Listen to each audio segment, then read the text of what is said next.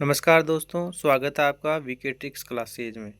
तो आज हम पढ़ेंगे आरबीएससी बोर्ड अजमेर द्वारा राजस्थान अध्ययन पुस्तक कक्षा 6 का 5वां टॉपिक, जो है आज़ादी से पूर्व सरकार का स्वरूप।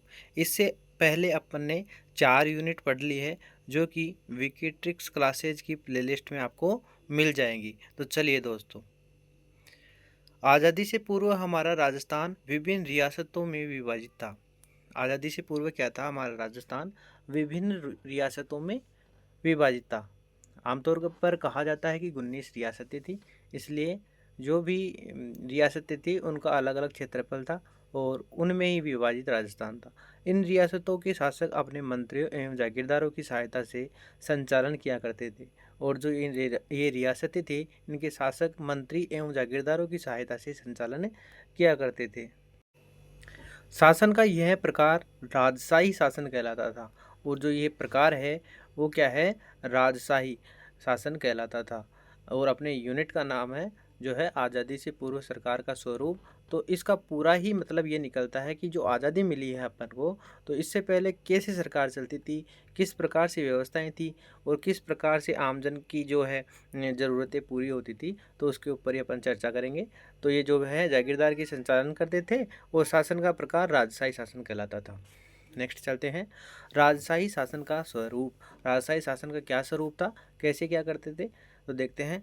राजस्थान में सिसोदिया, राठौड़, कछवाहा और चौहान आदि वंश की अलग अलग रियासतें थीं, जिनकी शासन व्यवस्था लगभग समान थी। इन रियासतों में शासन संचालन के लिए केंद्रीय व्यवस्था के पदाधिकारी राजा, मंत्री, बख्शी, खजांची, परगना अधिकारी होते थे। क्या होता था दोस्तों, जो राजस्थान में सिसोदिया जो है, राठौड़ जो है, कछवा है, चौहान है इत्यादि बड़े बड़े वंश थे, और अलग अलग रियासतें थी इनकी, जिनकी रियासतों का शासन व्यवस्था लगभग समान था। इन रियासतों में शासन संचालन के लिए केंद्रीय व्यवस्था के पदाधिकारी राजा, मंत्री, बख्शी और खजांची परगना अधिकारी होते थे। नेक्स्ट है राजा। राजा यह राज्य की संपूर्ण शक्ति का सर्वोच्च केंद्र होता था। यह अपने सलाहकारों एवं मंत्री परिषद के सदस्यों के सहयोग से शासन का संचालन करता था। अब राजा को अभी प्रधानमंत्री मान लेते हैं। जैसे प्रधानमंत्री सर्वोच्च होता है, वैसे ही पहले राजा होता था, और अपने मंत्रियों एवं सलाहकारों से जैसे राजकाज चलाता था, वैसे ही सलाहकार और मंत्री परिषद पहले होते थे। मंत्री क्या होते हैं, इनकी नियुक्ति राजा द्वारा की जाती थी। मंत्रियों की नियुक्ति कौन करता था, राजा करता था। प्रमुख मंत्री को दीवान कहते थे, और जो प्रमुख मंत्री होता था उसको क्या कहते थे, दीवान। राजा समय समय पर मंत्रियों से विचार विमर्श कर राजकार्य की जटिल समस्याओं का समाधान करते थे। जो राजा थे वो इन मंत्रियों को अपने विचार विमर्श करे राजकार्य जो होते थे, जो भी राज्य के कार्य होते थे, उनकी जटिल जो समस्याएं होती थी उनका समाधान करने हेतु इनकी सलाह लिया करता था। आप देखते हैं दोस्तों, बख्शी। बख्शी क्या होता है, सेना संबंधी कार्य एवं सेना को वेतन देने की जिम्मेदारी बख्शी की होती थी। ये पूछा भी जाता है कि सेना को जो है वेतन इत्यादि कौन देता था, तो बख्शी देता था। और बख्शी का क्या होता है, सेना संबंधी कार्य, सेना को वेतन देने की जिम्मेदारी बख्शी की होती थी। एक तरीके से बख्शी सेनापति होता था। आगे चलते हैं, खजांची। खजांची क्या है, इसका कार्य आमदनी और खर्च को संतुलन बनाए रखना, बचत को सुरक्षित कर राजकोष में वृद्धि करना। खजांची का काम क्या होता था, इसका कार्य होता था कि आमदनी और खर्च को संतुलन बनाए रखना और बचत को जो है सुरक्षित राजकोष में वृद्धि करना। आगे देखते हैं, परगना अधिकारी। अधिकारी राज्य प्रगनों में विभाजित था। अधिकारी क्या है, परगना अधिकारी क्या करता था, राज्य परगनों में विभाजित था तथा परगने में शांति व्यवस्था बनाए रखना परगना अधिकारी की जिम्मेदारी होती थी। परगने में क्या होता था, शांति व्यवस्था इत्यादि बनाए रखने की परगने की जिम्मेदारी होती थी, परगने अधिकारी की। राज्य की सबसे छोटी इकाई ग्राम होती थी एवं इसका प्रशासन ग्राम पंचायतों द्वारा किया जाता था, जो अभी भी ऐसे ही होता है। इसकी पंचायत कौन, जो प्रशासन कौन करता था, ग्राम पंचायतों द्वारा किया जाता था। आगे देखते हैं, जागीरदार व्यवस्था। जागीरदार व्यवस्था में क्या है, राजस्थान के मध्यकाल का संपूर्ण शासन तंत्र राजा और जागीरदार व्यवस्था पर आधारित था। जो मध्यकाल जो है उसमें क्या है, संपूर्ण शासन राजा और जागीरदारी व्यवस्था पर आधारित था। व्यवस्थित राज्य के लिए प्रशासनिक व्यवस्था अनिवार्य होती थी, और जो व्यवस्थित राज्य है उसके लिए क्या होता था, प्रशासनिक व्यवस्था अनिवार्य होती थी। राजस्थान में जागीरदारी व्यवस्था रक्त संबंध एवं कुलीन भावना पर आधारित प्रशासनिक एवं सैनिक व्यवस्था थी, और जो जागीरदारी क्या थी, जैसे राजा के जो भी परिवार वाले या कुलीन होते थे, रिश्तेदारी, उनको जागीरदार बनाया जाता था और वो क्या है, शासन चलाते थे। तो राजस्थान में जागीरदारी व्यवस्था रक्त संबंध कुलीन भावना पर आधारित प्रशासनिक एवं सैनिक व्यवस्था थी। नेक्स्ट देखते हैं। राजा की मृत्यु के पश्चात बड़ा पुत्र राजा बना दिया जाता था। वह अपने छोटे भाइयों को जीवन यापन हेतु भूमि आवंटित करता था। इस दी गई भूमि को स्वामी को जागीरदार कहते थे। अब जागीरदार की बात आ गई तो जागीरदार कौन थे? तो राजा की मृत्यु के पश्चात बड़ा पुत्र होता था, उसे तो राजा बना दिया जाता था और वह अपने छोटे भाइयों को, जो भी उससे छोटे होते थे, उनको जीवन यापन करने हेतु भूमि आवंटित करता था। इस दी गई भूमि के स्वामी, जो भी उसके छोटे भाई या परिवार के लोग थे, वो जागीरदार कहलाते थे। जागीरदार का कार्य उस जागीर की सुरक्षा एवं शासन का संचालन करना था। जो भी उनको दी गई भूमि इत्यादि होती थी, उनकी सुरक्षा करने का दायित्व तो फिर किसका हो जाता था? जागीरदार का। और वो जागीरदार भी किसके अंडर में आता था? राजा के अंडर में आता था। जागीरदार व्यवस्था की शुरुआत राजस्थान के राजपूतों के शासन काल से मानी जाती है। और जागीरदार की व्यवस्था का शुरुआत किससे माना जाता है? राजस्थान के राजपूतों के शासन काल से मानी जाती है। देखो दोस्तों, ये 6ठी क्लास की जो बुक है, इसमें 6ठी क्लास के अकॉर्डिंग ही हमें पढ़ाया गया है और उसके अकॉर्डिंग हम पढ़ रहे हैं। लेवल 0 से लेकर हाई तक चलेंगे। धीरे धीरे अपने को कॉन्सेप्ट जो क्लियर होंगे, फिर आगे चलते चलते अपने को सारा कुछ समझ में आने लग जाएगा। राजपूतों की विभिन्न शाखाओं ने राजस्थान में अपने राज्य स्थापित किए, जिन्हें रियासतें कहा जाता है। अब रियासतों की बात है कि रियासतें क्या होती थी? जो राजपूतों की विभिन्न शाखाएं होती थी, राजाओं ने अपने राज्य स्थापित किए, जिन्हें रियासतें कहा जाता था। इन रियासतों की सुरक्षा व्यवस्था के संचालन के लिए शासकों ने जागीर व्यवस्था की शुरुआत की थी। और जागीर व्यवस्था की शुरुआत क्यों थी? क्योंकि इन रियासतों की सुरक्षा और व्यवस्था का संचालन कौन करेगा? जागीर व्यवस्था करेगी। और जागीर व्यवस्था की शुरुआत इसीलिए की गई। नेक्स्ट, जागीरदारी व्यवस्था का स्वरूप। राजस्थान में जागीरदारी व्यवस्था रक्त संबंध पर आधारित थी। जागीरदारों की नियुक्ति का कार्य राजा करता था। राजा और जागीरदार के संबंध स्वामी और सेवक के न होकर भाईचारे एवं सौहार्द पर आधारित होते थे। अपन ने पहले भी चर्चा की है, जागीरदार जैसे राजा का बड़ा पुत्र तो राजा बन गया, और जिसके छोटे भाई थे या फिर काका भतीजे के लड़के थे तो उनको जागीरदार बना दिया जाता था। तो उनका जो संबंध है वो सेवक का नहीं था, उनका संबंध था भाईचारे और सौहार्द पर आधारित होते थे। मुगलों से संधि की वजह से शासकों की जागीरदारों पर निर्भरता कम हुई एवं मुगलों के संरक्षण में शासक मुगल मनसबदार बन गए, जिसके परिणाम स्वरूप शासक जागीरदारों के साथ स्वामी जैसा व्यवहार करने लगा। फिर धीरे धीरे क्या हुआ कि जैसे मुगलों से संधि होने लगी और इससे क्या हुआ, शासकों की जागीरदारों पर निर्भरता कम हो गई। जैसे राजा होता था तो फिर उसके जागीरदार पर जो निर्भरता थी वो कम होने लगी, उसकी जो सुरक्षा का जिम्मेदारी थी वो मुगल करने लगे, तो जागीरदार का काम कम होने लगा। इससे क्या हुआ, मुगलों के संरक्षण में शासक मुगल मनसबदार बन गए और उन मुगलों के जो शासक संरक्षण में क्या हुआ, जागीरदार की जगह क्या हो गए, मुगल मनसबदार बन गए, जिनके परिणाम स्वरूप शासक जागीरदारों के साथ स्वामी जैसा व्यवहार करने लगा। फिर जैसे बंधुत्व खत्म होकर जैसे स्वामी है ना, जैसे नौकर और एक राजा का प्रति व्यवहार होता है, वैसे कुछ व्यवहार होने लगा।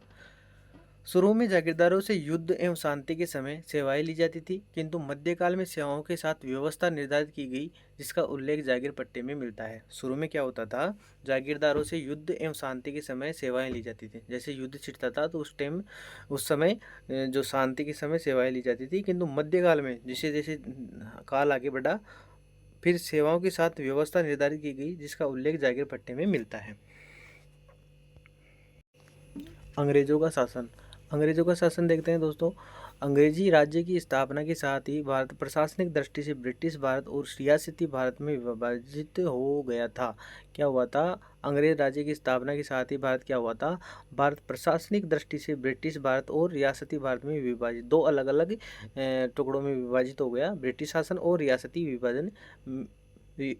भारत में विभाजित हो गया। ब्रिटिश भारत केंद्र शासित प्रदेश एवं 11 प्रांतों से बना हुआ था। जो ब्रिटिश भारत था वह केंद्र शासित प्रदेश एवं 11 प्रांतों से बना हुआ था। प्रत्येक प्रांत के गवर्नर थे, जो भारत के गवर्नर जनरल के प्रति उत्तरदायी थे।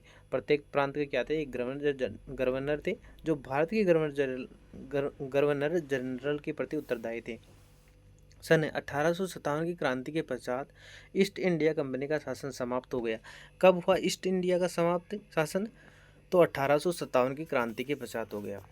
तथा भारत का प्रशासन सीधा कहाँ हो गया, इंग्लैंड के ताज एवं संसद के नियंत्रण में आ गया। और जो भारत का प्रशासन कौन संभालने लग गया, फिर इंग्लैंड के ताज एवं संसद के नियंत्रण में आ गया।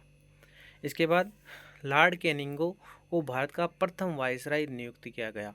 ये महत्वपूर्ण लाइन है कि प्रथम भारत का वायसराय कौन था, तो लॉर्ड कैनिंगे था। 1935 ईस्वी के भारत सरकार अधिनियम, जिसे 1 अप्रैल 1937 ईस्वी में लागू किया गया, के द्वारा अजमेर मेरवाड़ को प्रशासन, विदेश एवं राजनीतिक विभाग के स्थान पर भारत सरकार के गृह विभाग के अंतर्गत लाया गया। इससे इस क्षेत्र के सभी कानून गवर्नर जनरल द्वारा न बनाकर संघीय कार्यपालिका द्वारा बनाए जाने लगे। क्या हुआ दोस्तों, 1935 के भारत सरकार अधिनियम, 1935 में क्या हुआ, भारत सरकार अधिनियम लागू हुआ, जिसे 1 अप्रैल 1937 में लागू किया गया। इसके द्वारा अजमेर मेरवाड़ा प्रशासन, विदेश एवं राजनीतिक विभाग के स्थान पर भारत सरकार के गृह विभाग अंतर्गत लाया गया। जो अजमेर मेरवाड़ा का प्रशासन था, जो उसको क्या हुआ, भारत सरकार के गृह विभाग के अंतर्गत लाया गया। इससे इस क्षेत्र में के सभी कानून गवर्नर जनरल द्वारा न बनाकर संघीय कार्यपालिका द्वारा बनाए जाने लगे। इससे क्या हुआ, जो सभी कानून थे पहले कौन बनाता था, गवर्नर जनरल बनाता था, फिर उसके जगह कौन बनाने लगा, संघीय कार्यपालिका द्वारा बनाए जाने लगे। देश के आज़ाद होने के बाद राजस्थान का एकीकरण शुरू हुआ। जो सन 1947 के बाद में क्या हुआ, राजस्थान का एकीकरण शुरू हुआ। राजस्थान की प्रथम विधानसभा चुनाव 1952 में हुए। अगर पूछा जाए कि राजस्थान की प्रथम विधानसभा चुनाव कब हुए, तो 1952 में हुए। टीकाराम पालीवाल राजस्थान के प्रथम निर्वाचित मुख्यमंत्री बने। टीकाराम पालीवाल कौन बने, प्रथम निर्वाचित मुख्यमंत्री बने। और सबसे पहले अगर मुख्यमंत्री की बात की जाए तो वो कौन थे, कमेंट में आप बताइए। अब देखते हैं अभ्यास प्रश्न, जो भी अपन ने इस 5वीं यूनिट में पढ़ा है उसके अभ्यास प्रश्न देखते हैं। सेना को वेतन देने तथा सेना संबंधी अन्य कार्यों की जिम्मेदारी होती थी। किसकी होती थी, सेना को वेतन देने तथा सेना के संबंधी अन्य कार्यों की जिम्मेदारी? तो देखो दोस्तों, खजांची की होती थी, या फिर राजा की होती थी, या फिर प्रधान की होती थी। तो इसमें कौन आ जाएगा, बख्शी। 3 ऑप्शन, खजांची, राजा, बख्शी या प्रधान। तो इसमें कौन सा है, स ऑप्शन सही हो जाएगा। राजस्थान के प्रथम निर्वाचित मुख्यमंत्री कौन थे? अभी अपन ने बात किया कि राजस्थान के प्रथम निर्वाचित मुख्यमंत्री थे, वह कौन थे? तो दोस्तों मोहनलाल सुखाड़िया थे, टीकाराम पालीवाल थे, या जयनारायण व्यास थे, या हरिदेव जोशी थे। तो इसमें कौन सा ऑप्शन हो जाएगा सही, टीकाराम पालीवाल, ब ऑप्शन सही हो जाएगा इसमें। नेक्स्ट देखते हैं, भारत का प्रथम वायसराय कौन था? भारत का प्रथम वायसराय कौन था? विलियम बेंटिंक था, माउंटबेटन था, लॉर्ड कैनिंग था, या टीकाराम पालीवाल थे। तो इनमें इसमें दोस्तों कौन सा हो जाएगा ऑप्शन स, लॉर्ड कैनिंग। आगे चलते हैं, राज्य की सबसे छोटी इकाई को क्या कहा जाता था? राज्य की सबसे छोटी इकाई को क्या कहा जाता था? राज्य, ग्राम, जागीर, या फिर रियासत। क्या कहा जाता था? ग्राम। आगे चलते हैं, राजस्थान की प्रथम विधानसभा के चुनाव कब हुए? तो राजस्थान की प्रथम विधानसभा के चुनाव कब हुए दोस्तों? 1952 में, 1956 में, 1954 में, या 1949 में। तो इसमें ए ऑप्शन सही हो जाएगा, 1952 में। नेक्स्ट क्वेश्चन, राज्य की संपूर्ण शक्ति का सर्वोच्च केंद्र होता था। राज्य की संपूर्ण शक्ति का सर्वोच्च केंद्र कौन होता था? राज्य, ग्राम, राजा, या फिर रियासत। कौन होता था? स ऑप्शन, राजा। फिर आता है 7वां क्वेश्चन, निम्न में से किस एक का कार्य आमदनी और खर्च को संतुलन बनाए रखना तथा बचत को सुरक्षित कर राजकोष में वृद्धि करना था?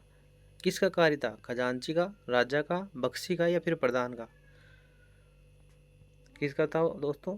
तो खजांची का। और बख्शी का क्या था? सेना को वेतन इत्यादि देना। फिर 8वां क्वेश्चन है, 1935 ईस्वी के भारत सरकार अधिनियम को लागू किया गया। जो भारत सरकार अधिनियम था उसको कब लागू किया गया? तो इसमें ऑप्शन आएगा दोस्तों 1 अप्रैल 1935, या 1 अप्रैल 1937, या 1 अप्रैल 1939, या 1 अप्रैल 1934। तो इसमें कौन सा हो जाएगा? ब ऑप्शन, 1 अप्रैल 1937। वह पत्र जिसके शासक द्वारा प्रदान की गई जागीर का उल्लेख होता था कहलाता था। वह पत्र जिसमें शासक द्वारा प्रदान की गई जागीर का उल्लेख होता था कहलाता था। जागीर पट्टा, मनसबदारी या फिर ग्राम या फिर परगना। तो इसमें क्या आंसर आ जाएगा? जागीर पट्टा। राजस्थान में जागीरदारी व्यवस्था किस पर आधारित थी? राजस्थान में जागीरदारी व्यवस्था किस पर आधारित थी? रक्त संबंध पर, जाति पर, धर्म पर, फिर या फिर क्षेत्र पर। तो इसमें क्या आ जाएगा? रक्त संबंध पर। तो धन्यवाद दोस्तों। अगर आपको वीडियो पसंद आता है तो लाइक करें, कमेंट करें और सब्सक्राइब करें। इसी प्रकार अपनी 5 यूनिट कंप्लीट हो गई है। कक्षा 6 में कुल 10 यूनिट है, उनको पढ़कर अपने कक्षा 7, 8, 9, 10 इस प्रकार से 12 तक चलेंगे। पूरा संपूर्ण राजस्थान अध्ययन को अपन 0 से लेकर उच्च तक अध्ययन कर लेंगे।